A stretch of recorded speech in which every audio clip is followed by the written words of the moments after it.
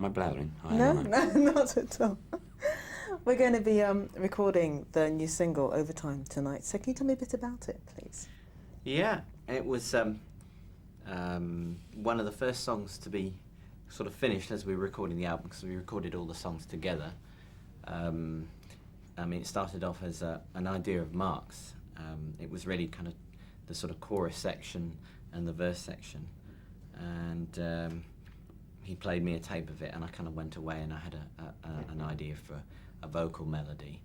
And then Mark and myself sort of worked, and he came up with like a verse melody. And then a new guy to us, Drew Barfield, came into the picture, and he has a talent for lyric writing which is not dissimilar to the way that Boone worked, where he'll take a germ of an idea, because Mark had the idea of you know, I've been working on this over time, you might think I don't care. If you look into this heart of mine, you'll still be there. That concept, Drew then took away and he expanded it into like the song that it is, lyrically. And it was good because it seemed to have something that was quite sort of funky in a way, but you know, played real time, of course. And we did a good video for it too. What's it like? The video? Yeah, tell me about it. The video was great experience, and it involved us acting again, which we haven't done for a while in a video. And I mean, we're very lucky in that we can be given these sort of 3-minute slots to pretend to be, you know, the next Olivier or whatever. It's good fun, isn't it? Yeah. And it came out of a conversation where when we were filming the Guaranteed video, we were talking, and Mark was saying, you know, what's the worst job you ever had? And Mark had a job in a factory which he hated when he was young, and so did Jacko. And so the idea came up of perhaps because of the sort of the beat of Overtime and the sort of noises that are in it, that it should be set in a factory, and it's very grimy and seedy, and as it turned out, Mark's having an affair with my girlfriend, who's the tea lady in the factory, and I'm the foreman, and I kind of, you know, there are all these sort of innuendos going on. It seemed quite topical when it came out, because it was when Judge John Thomas, or whatever his name was getting done for the sexual harassment thing. And so some people were saying, oh, you know, this is very topical. It's all about sexual harassment on the shop floor, isn't it? Which he said, yes. You know. Always never look a gift horse in the mouth. That's it. That's why we did it. Sexual harassment. The running joke at the office is that you call the album Guaranteed because it's bound to go double platinum like the last one. I mean, why that's did you a running call joke, it? isn't it? What lousy jokes you have in your office. Absolutely. I've got better ones of that. Here's a nice joke for you, right? Did you hear about the blind skunk that fell in love with a fart? No. Well, I think it's just a lovely joke. The idea of this poor blind skunk going, oh, baby. And there was nothing there. It was just somebody broken wind. It's so sad. Now, if you can spot the connection between these two jokes... That is gross. That is just gross.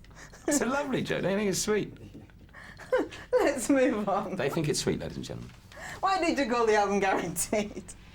Well, it's always the last thing that is decided, because we're quite good at writing songs, but we're very bad at titles, particularly album titles.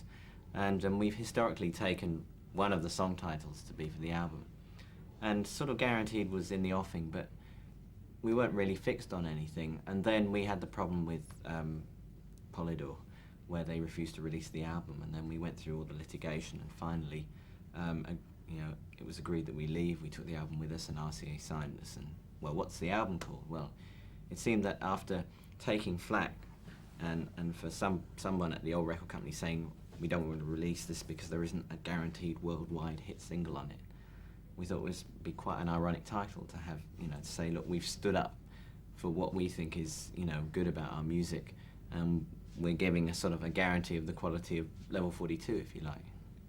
Isn't that a bit insulting there, in the sense that after all this time you've been going for such a long time and being successful, that every company could turn around and say that?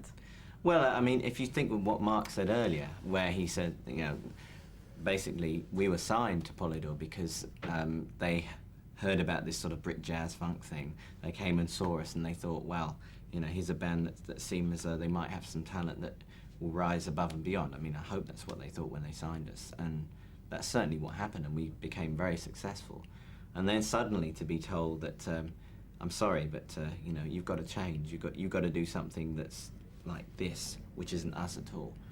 was, you know, we couldn't really understand it. You know, I couldn't understand really, because it seemed to be so short-term thinking. You know, it's a ridiculous thing. It's like someone telling you for a start when you deliver something like that, especially something that is, you know, it's emotionally close to you. It's like someone telling you that you know, your girlfriend. This is my girlfriend. They go, God, your girlfriend's ugly.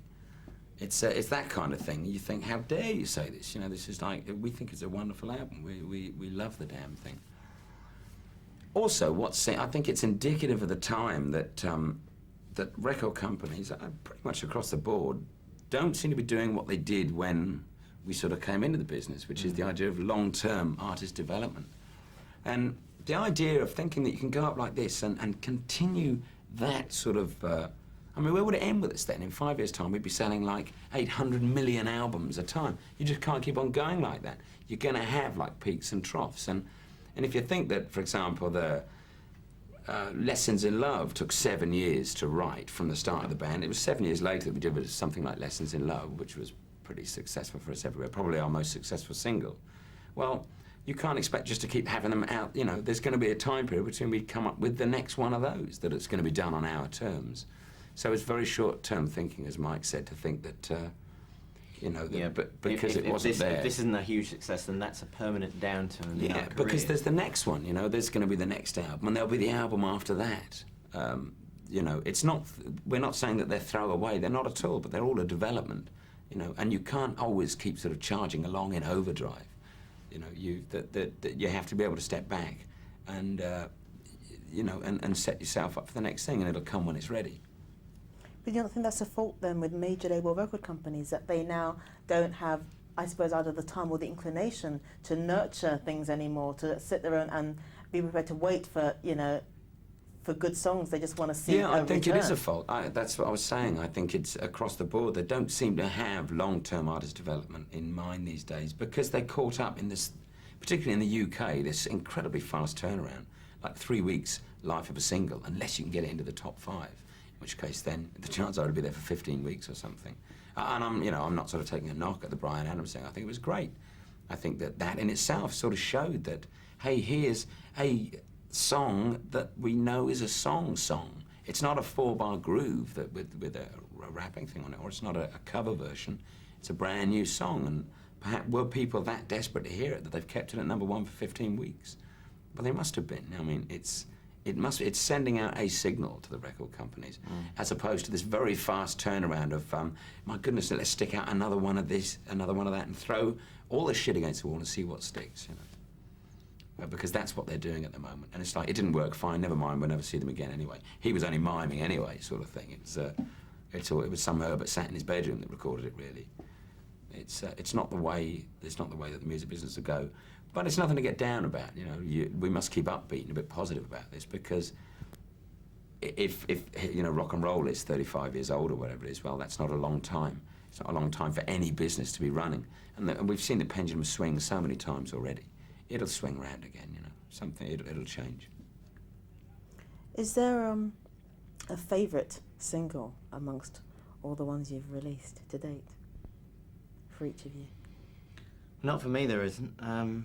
Because, you know, I'm a man of many moods, if you like. Like anyone, if you're in a particular mood, you want to listen to one thing. If you're in an up mood, you want to listen to this. If you want to hear something more reflective, then you put on that record. So, you know, there are some songs which I really like that we've recorded, you know, from several of the albums. There isn't really one that I think it's a favourite. You know, there isn't one that's best. There isn't an album that's best, you know, as far as I'm concerned. It's all a development, and you know, variety is the spice of life, basically. What he said. Ditto. Fine.